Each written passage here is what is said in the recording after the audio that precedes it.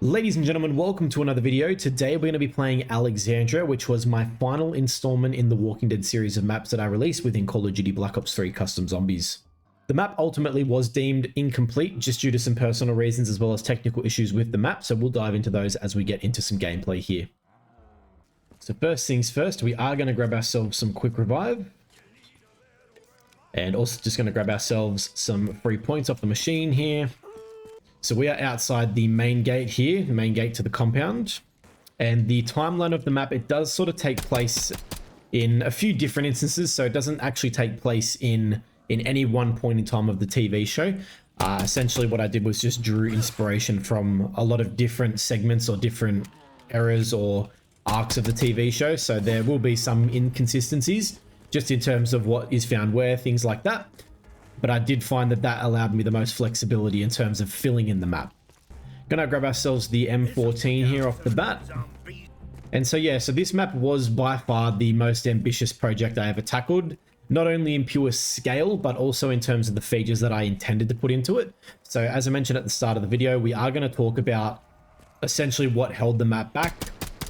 First things first though, we are just gonna make some progress towards the main gate and enter the first zone.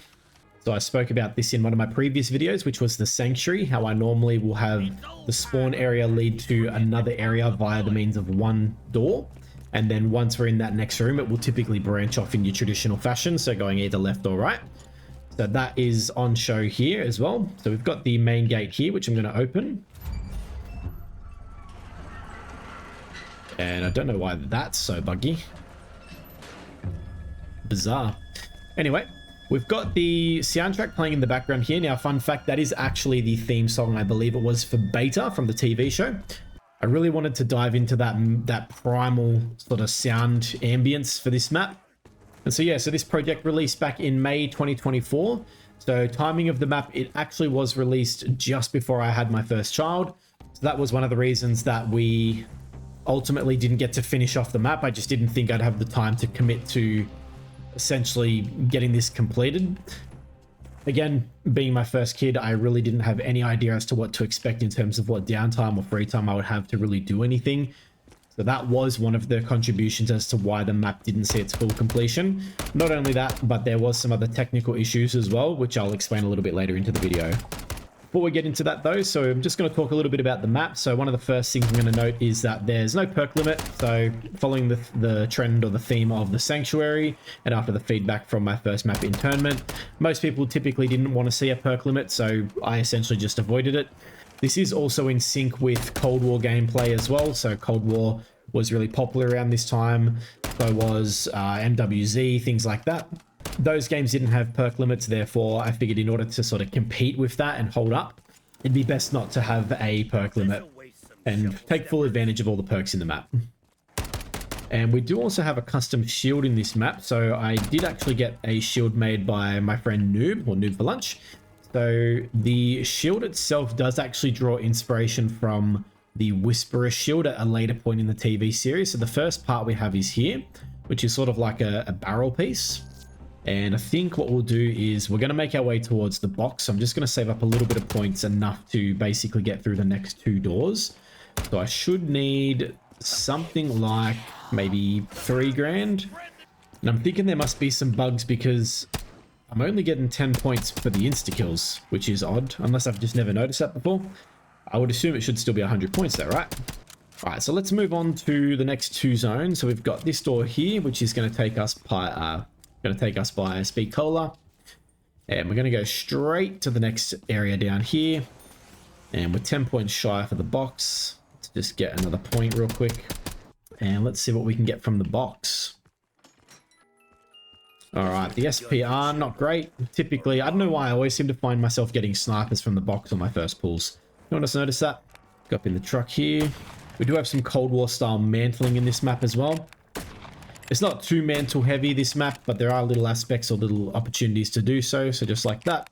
It's just a nice little feature that I find a lot of map makers don't really take advantage of. So I'm going to try and implement a little bit more of that, and a little bit more verticality into my maps going forward, hopefully. Because one thing I always really find annoying is when you're in a portion or a segment of a map where you anticipate that you could sort of jump over something and you can't. So I tried to add as much of that as I possibly could. So if there's anywhere that you think you realistically should be able to jump over that is within the playable space, then chances are you can. All right, let's try and get a little bit more points here. We're going to have another spin of the box. I want to try and get at least a machine gun of some kind. So I spent a lot of time painstakingly recreating a lot of the buildings in this map. So if you actually were to watch over the episodes, or even if you were to go onto sort of Google Maps, you will find that a lot of these houses are one-to-one, more or less the exact same as what they are in real life or in the source material. And another classic example of me almost going down due to the stupid ass sliding mechanics. I swear I'll forever complain about this in this fucking game, that every time I try and slide, the button just does not seem to want to work. We got a double points here. Let's grab that. And we'll try and rack up some points here. Should give us enough or ample opportunity. Let's see if this insta-kill. Yeah, so only 10 points per, well, 20 because I got the double, but 10 points per kill. Is that normal? I don't feel like it is. Again, I could be completely wrong. So you guys let me know in the comments if I'm just being a dumbass. Monkeys, let's try one more. Nice to have monkeys early on. I'll say that. Big fan of monkeys. Scorpion, yeah, we'll take it for now. And so with this map here, we can actually go, there's a lot of doors. Let me just start off by saying there are a lot of doors. As I mentioned, it is a big map. So large in scale, large in playable space, large in vista as well. So overall, significantly huge. But this map, so it doesn't actually quite follow a circuit. It actually follows almost like a figure 8 layout. So what I mean by that is we've come down the right hand path, and if we were to open this door in front, this one here, we can actually go one of two ways at that point. So we can go through here. So we could either go off to the right, or we could go left again, and this will circle back towards spawn, whereas this will enter a new part of the map. So kind of like a figure 8. But for now, what we're actually going to do is we are going to work towards power. So there's actually 2 power switches on this map. Just going to clear out these zombies first though, before I start moving towards that. So power is actually located underground. So there's 2 power sources, one on the left side, one on the right side over there, or left from spawn, right from spawn. It doesn't matter which way you go. The first power switch is always actually going to fail. So if we go down here, turn on our flashlight, and we've got the first power switch here. And if you listen carefully, it's quite faint, but it shuts back down. So I don't think a lot of people sort of caught on to that the first time. I think they just sort of flick the switch and they expect power to be on. But the underground area was, so 2 inspirations. So one, it was obviously inspired by the show. There's an underground sewer network that the community hides within in a certain point within the show. This is obviously a lot larger than what it is in the show. But I did actually draw inspiration for the underground area from Mauer to Toden. So there's a few elements of the design down there that you can probably pick up on, but otherwise it's all sort of completely unique. So let's make our way towards the second power switch. So we're going to cut through the back here over the pond area. And we've got enough points for this door here. And we should have enough points for the next door as well. Let's see, 1250. Yep. So we're going to jump down here as well. And we're going to go towards the power, which is just around this side. Perfect. So we've got lights on. Still a little bit dark, but enough power that you can see what's going on. And that does also mean that the underground part connects with each side. So now we can access Jug. We've got a little radio here as well for the music Easter egg. We're not going to activate that one in this video just for copyright reasons. Out of cash. Come on. There we go. Fantastic. All right. So we are now jugged up. And I'm just going to take a moment to appreciate the perk shaders as well. So the perk shaders were done by my friend Ronan. So he's done a couple of custom things to me in the past. I do believe the perk shaders were one of the first things I ever approached him about. So with the perk shaders, we just wanted to go with something that looked very makeshift. So hence it's sort of like a wooden backdrop with the perk shaders carved into it. I thought that was a really nice touch. There is a lot of detail that went into these ones that you can't really see in game, but trust me, it's there. Okay, so got that. I'm going to try hit the box one more time, I think, because I'm not really sold on the sniper rifle. So let's hit this box. Yeah, the AUG, that'll do. There's a double points down there. I don't know if I'll be able to get to that in time. Yes, I will. Never mind. So I do hope everyone's having a really good day today so far. Let me know in the comments if you've played this map, or otherwise, if not, if you intend to. What did you think of it? All right, so we're going to make our way up towards double tap shortly. There is actually another shield part over here, which is the spikes. So those will go on the front of the shield. And we have our first introduction to the manglers here.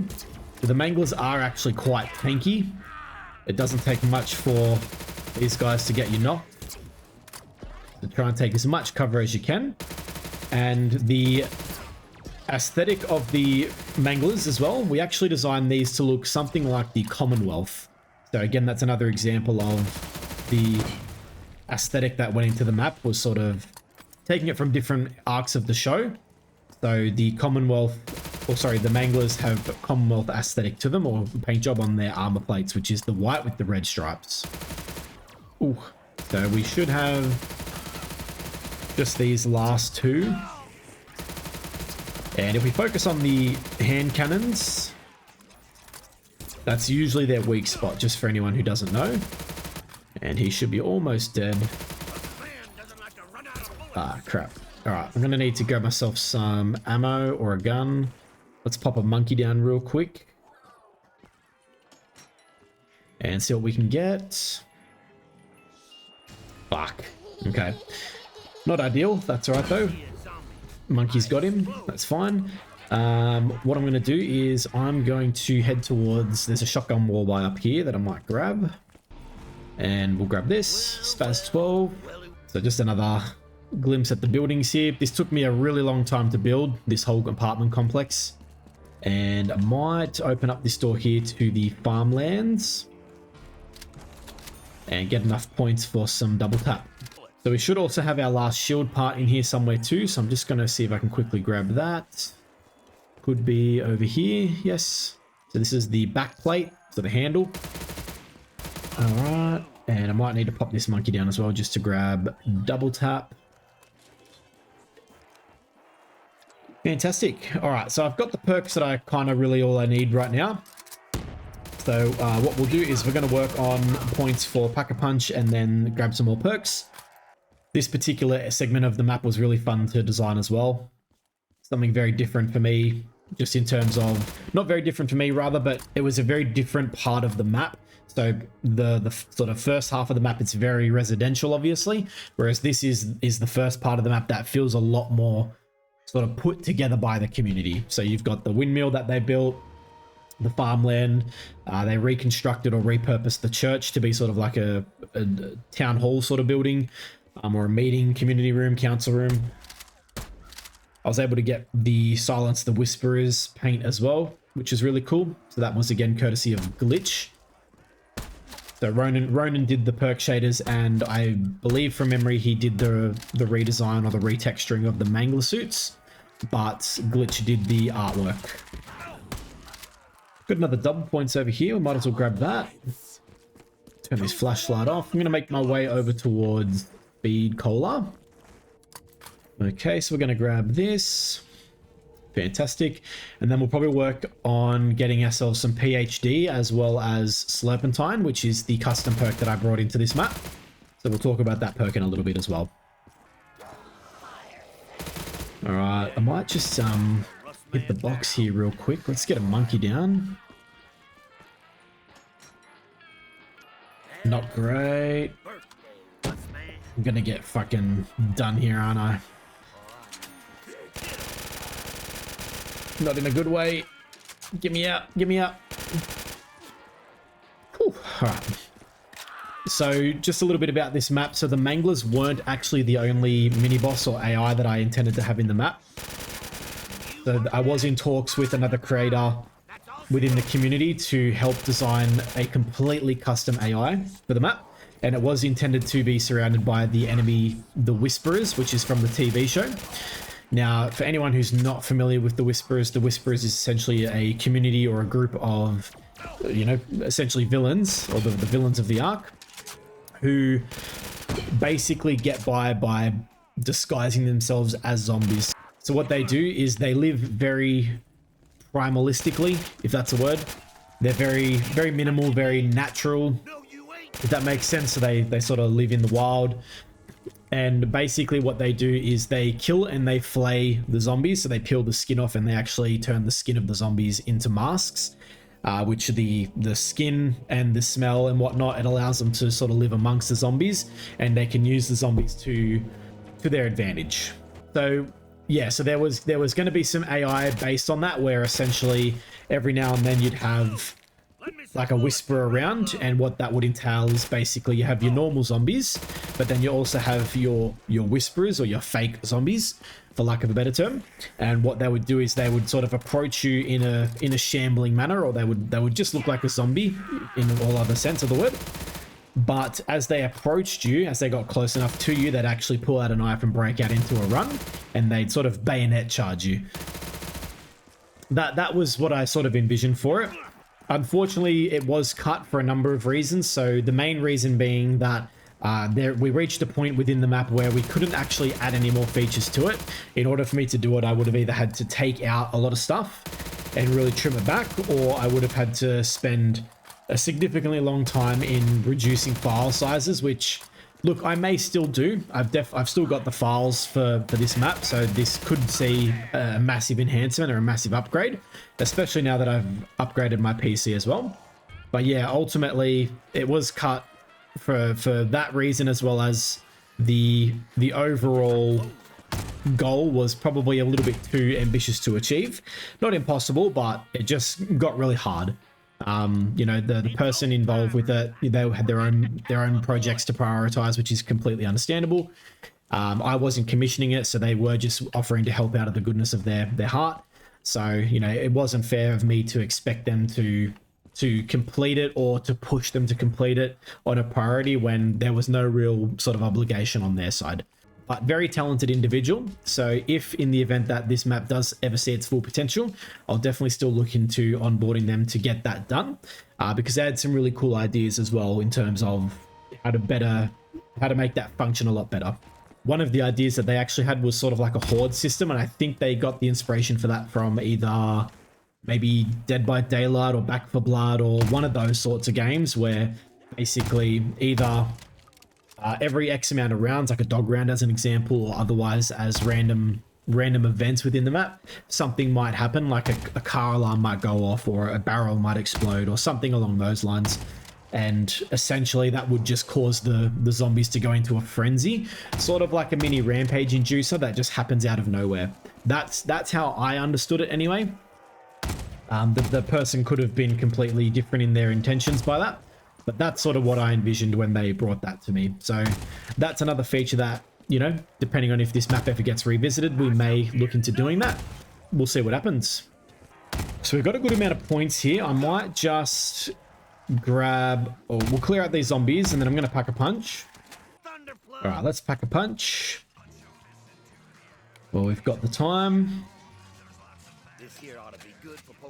And we've got the alpha and beta. So this is another little nod to the TV show. So the shotgun, which I didn't actually get a chance to speak about because I was too busy talking about the other stuff. So the shotgun, the sawn-off, that is Alpha. So Alpha is the head of the Whisperer group. So the group I was just talking about. And she actually wields what is a triple barrel shotgun. Or at least in the comic, it's a triple barrel. In the show, I don't know. It could just be a two barrel.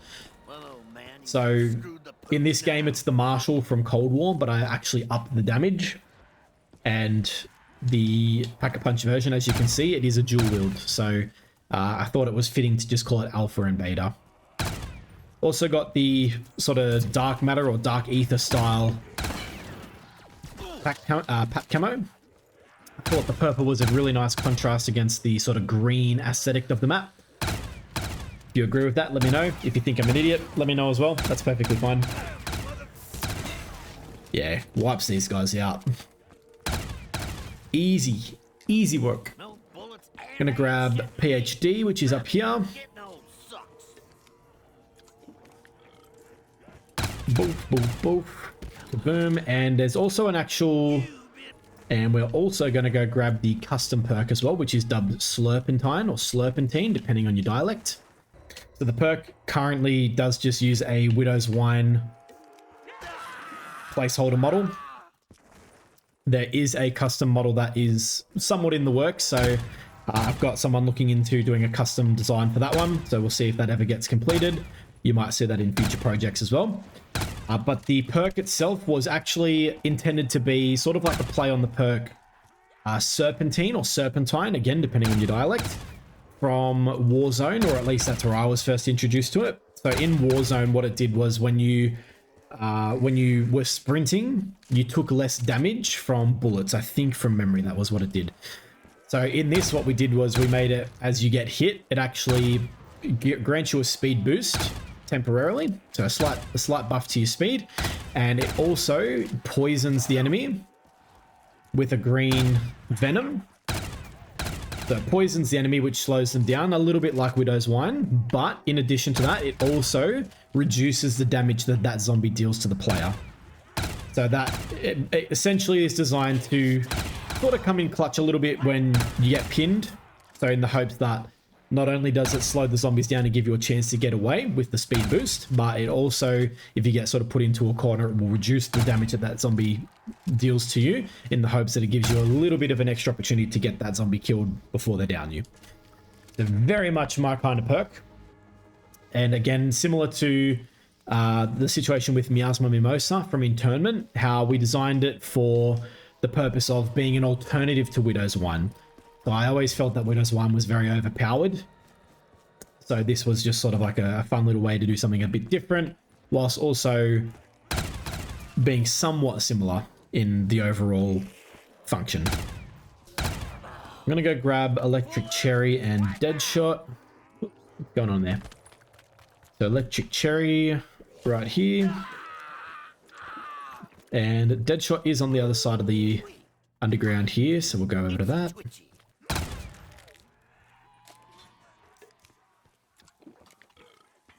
Alright, so there is actually a small Easter egg on this map that we were able to implement. So that does tie it into a custom wonder weapon that was actually brought into the map as well.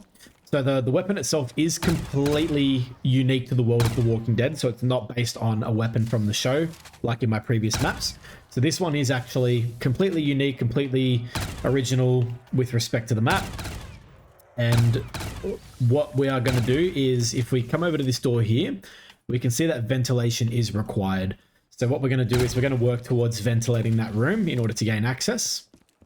So the first thing we're going to do is we're going to grab the key card from this house up here, which is the PPP key card, which is a small nod to the key card that's found when Heath goes missing from the show. It doesn't actually have any relevance to the community as far as I'm aware. They never sort of touched on it beyond that point. And while I remember, we might just go build the shield as well. So the shield is in here. I'm just going to pop a monkey. So crafting the Alexandria shield. That's what it looks like. It's like a barrel with spikes on it. And it sounds like we may have some manglers, which is no problem for my alpha and beta. And we can take a look at the shield here.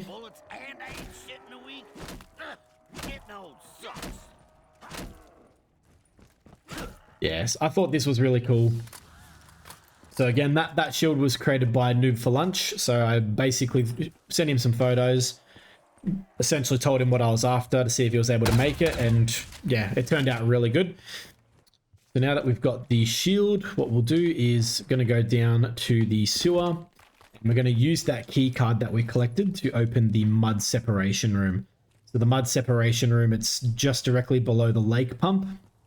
So we're going to swipe that. And what this will do is it's actually going to initiate a little lockdown right in here. Nothing too crazy. Again, the spawns aren't super hectic.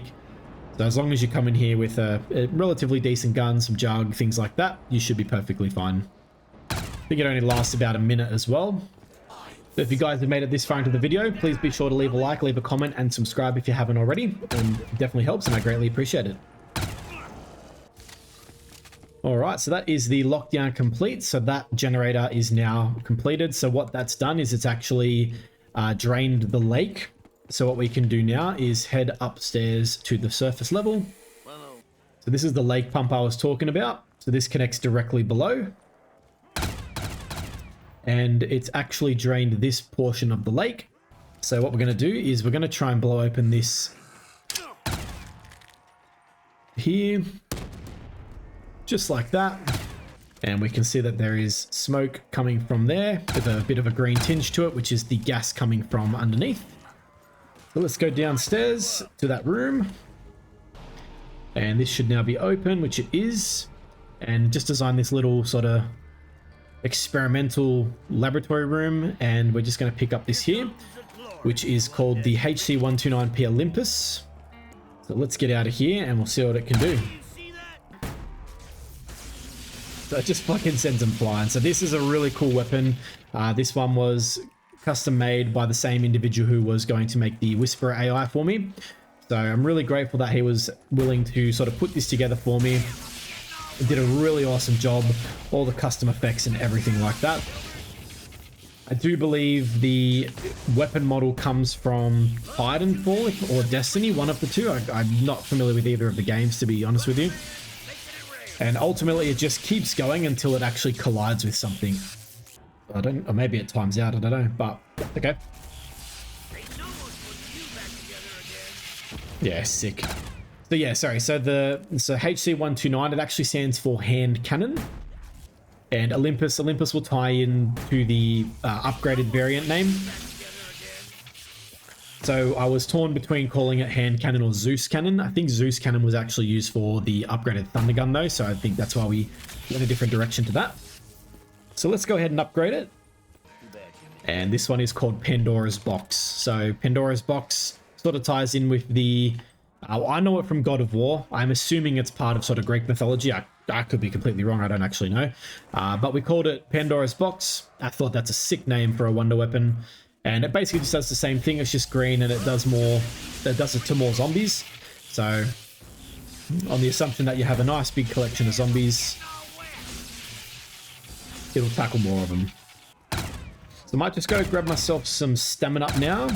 We're almost pretty much all perked up. I think the only two perks we're missing are Stamina Up and Mule Kick, so I'll see if we'll grab Mule Kick. I mean, I might as well, just for the sake of, right? Yeah, let's hit the box, why not? I'm gonna pop a monkey down, just to give myself a little bit of breathing room. The AUG, nah. Actually, you know what? I should probably buy Mule Kick first.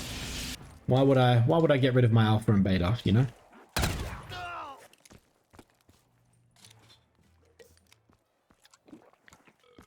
Actually, I did just remember. So what we're going to do is I'm actually going to buy this sniper rifle over here, the Swiss. This will be my Mule Kick gun. And we are actually going to pack a punch it as well. Now, there is a reason I'm doing this. So there was actually going to be a pack-a-punch quest for this map as well. So what we were going to do was basically have 3 sections of the map where basically a flare had to be initiated. So I think the intent was to have like a crate that you unlock and it shoots a flare up into the sky. And what that would do is have a helicopter come and drop off a supply crate. And the supply crate would have the parts for Pack-a-Punch within them. So the concept behind that was tied a little bit loosely to the whole CRM aspect of the show. So by this point in time, or you know, within this arc, we only have a very small glimpse of the CRM, and that is when it comes to Jadis, the leader of the trash community. And so we've seen that she's obviously had deliveries from the CRM. She has the helicopter and the radio that she communicates to them with to organize the pickups and things like that. So I thought it might be cool to have the helicopters come in and drop off the parts. And then ultimately the Pack-a-Punch would just be assemblable, buildable, whatever you want to call it. And so yeah, the flare sections were going to be, so there was going to be one in this section here. Someone would shoot off from here. There was going to be one over by the windmill, and I believe one, if not at spawn, then by spawn somewhere. So essentially one in each third of the map. So the start, the middle, and then the back half. That was the intent. We did also manage to implement a custom trap into this map here, which is a sniper tower. So this draws inspiration from the show, and it's basically just similar to the Mob of the Dead sniper tower. It just shoots zombies, which I thought was a nice little touch. That was one of the first things I envisioned when I was building the tower. I was like, fuck yeah, this would be cool to have like a trap that shoots the zombies for you. Just a fun little thing. And another thing that some people might not know is that the trap itself is actually upgradable. So that is the reason I did grab this Swiss and upgraded it. So what we can do is there's a little thing here that's going to go up to there, and it's going to attach to that hoist. And basically now what needs to happen is we need to activate the trap and allow him to get kills, or you know, whoever's up there. We need to allow the trap to get kills, and that'll progress the sniper along. So I'm going to finish out this round real quick, and we'll activate it again once the trap is ready to use. All right, so the trap is now ready to use again, so let's reactivate that. And I think it's every 2 kills or so, it'll move it along. So you can see it's about halfway over. It'll probably take one more go of the trap to get that completed. The trap is ready again to be activated, so let's do that. And we'll just try and sort of linger a little bit around this way to maximize the kills. It's just about in there. That's it. So that is the sound of completion for the trap. So that actually gives us a Pack-a-Punched sniper rifle tower, which I thought was a nice little cool thing to add. It's one of those examples of where I just love having little things to do. So I don't need a big main quest in the maps I play. If there's lots of little things to do, I'm perfectly content with doing that. So that's typically why a lot of my maps don't really have main quests or anything like that. I'm not a main quest kind of guy. I think the only main quests I've ever done, with the exception of Black Ops 6, I think I did the Cold War ones, and I think Ascension back in the day. So yeah, so that's one of the reasons I'm really excited to start playing some custom zombies maps as well, because it's going to open a lot of avenues for me and a lot of doors in terms of experiencing quests and steps for the first time. So something else that I wanted to talk about as well was another concept or idea that was cut from the map, wasn't able to be completed. So there was intentions to implement a katana, so Michonne's katana, to the map. I spoke about this as well in Interment, so a very similar situation.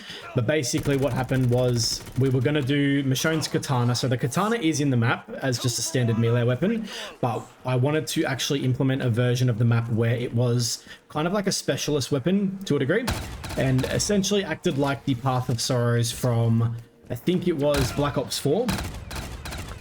We weren't able to get that done, but there was going to be two features. So there was going to be a quest to obtain that, and as a part of that quest there was going to be an implementation of what was envisioned as like a guts station, is what we called it.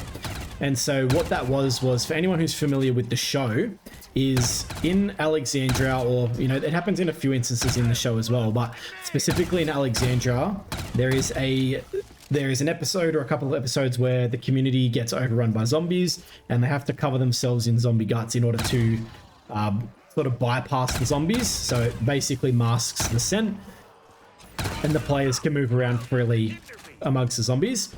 So the gut station was essentially going to be basically like I think what we talked about was a shower where you killed zombies by it, and it filled up the shower, I guess, water source with blood.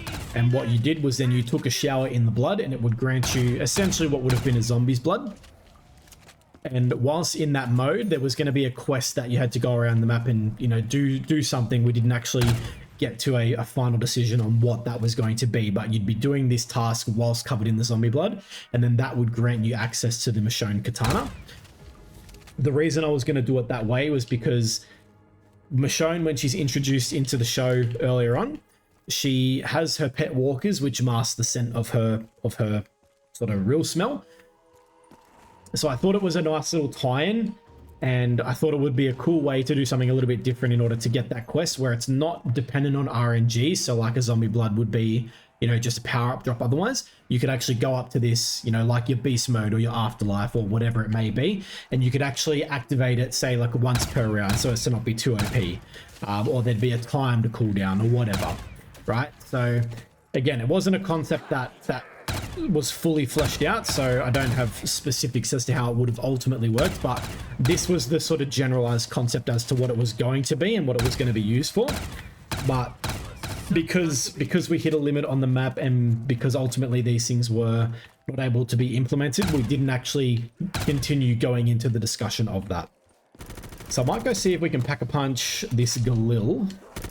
I am going to see if I can grab my hands on that katana as well, although it's probably not really any good at this point in the match because it's almost round 30.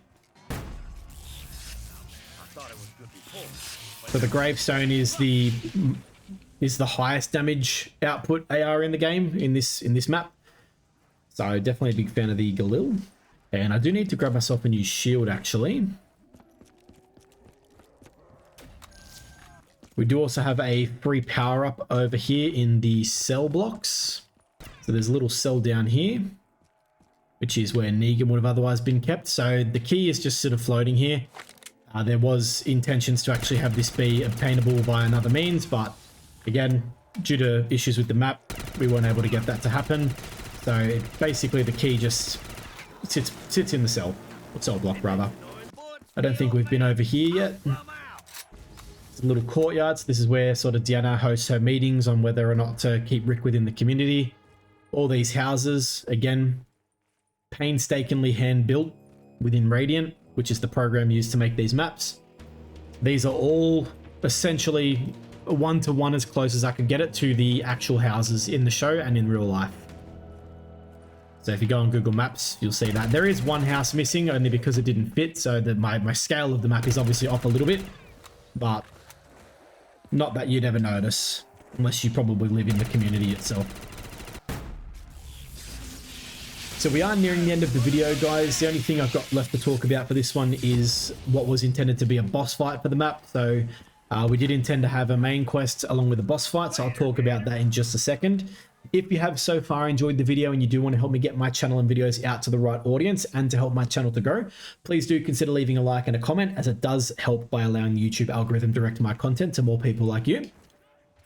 And also, if you would like to see more content like this, you all know how it works. You can click on the subscribe button down below and keep up to date with all my posted videos.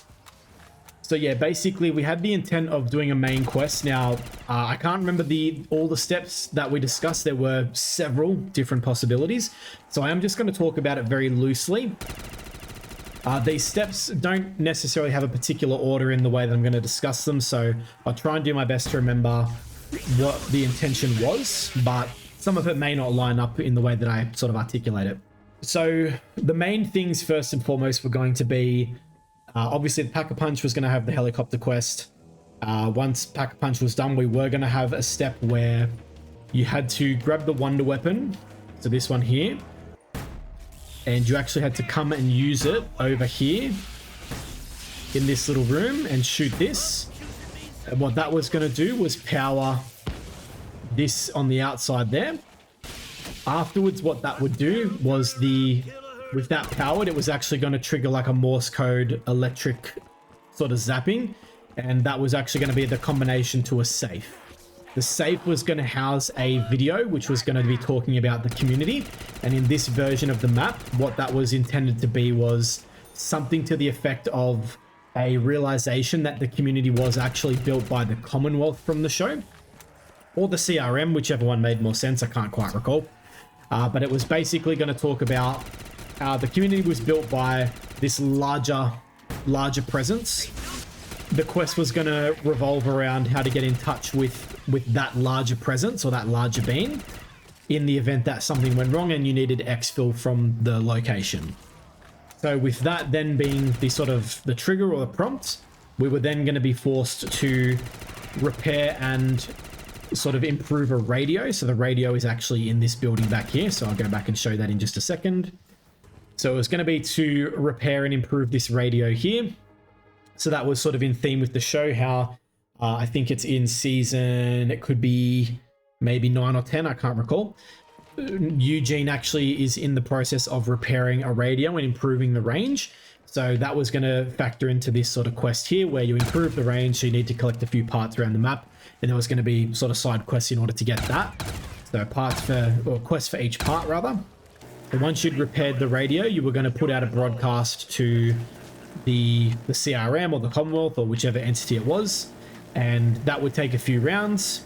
And then ultimately there'd be another step or two in between there, and essentially what would happen was you would need to prepare the community for sort of safe landing, so preparing the DZ. So there were going to be a few tasks you had to do that, so just eliminating the manglers, the zombies, you know, whether it was in the form of a soul filler or not, again, I don't really know. But it was going to be something along those lines. Then there was also going to be something where you had to sort of light the area, so light the beacons, basically marking it as safe to drop. And then at the end, when you called the helicopter in, it would come in and basically you'd get an audio prompt saying, hey, look, you know, we're not clear to drop. There's too many hostiles in the area. And that would be revealed. So this would be in the spawn room, sorry. So it would be revealed that there were whisperers in the area. And basically there were going to be not only the AI whisperers that I mentioned earlier in the video, but also there was going to be some like a 2-tier boss fight, I think was the intent, or otherwise at least one boss. And so that would be a spin on Alpha's tactics as well as Beta's tactics. And essentially what that was going to look like was having so that you whisper AI as the first line of defense, then you'd have Molotovs or flaming arrows coming in from outside the map, so projectiles. And then there was actually going to be another boss AI designed, which was completely custom, so we were going to dub him as Delta, I think. And he was basically going to have a few different attacks, so like spears, maybe a bow and arrow. Again, we didn't really land on anything specific, but the premise of that was to do something that was primal, because that is the way that the whisperers sort of attack. And then ultimately, once that was completed, there was going to be a reward, which was a wearable whisperer mask, and that was going to do something to the effect of either taking less damage, or you know, something to benefit the player. Again, we didn't land on a fully fledged concept for that, just that it might have been cool to have the mask as a wearable and grant the player, you know, a benefit for completing the map in addition to like a perkaholic. And then it would also provide the option to end the game as well by means of an exfil. So yeah, lots of ideas. Again, this is all stuff that could potentially be revisited. I'm not going to say it's impossible. It's probably unlikely, just due to the fact that there are still limitations with the map that I would need to consider and reduce in order to get that pulled off. But you never know. So, you know, this video will serve as a good sort of historical document as to ideas and concepts for it. And should it ever happen, you guys will be the first to know, because I'm sure you'll be playing it. So that probably does bring us to the end of the video, guys. If you have enjoyed, please do be sure to leave a like and a comment, and also be sure to subscribe as well. If you haven't already, check out the video on screen, as you may enjoy it if you enjoyed this one, or otherwise keep your eyes peeled for more content like this, and hit that subscribe button if you haven't already. Until then, I'll catch you guys in the next video.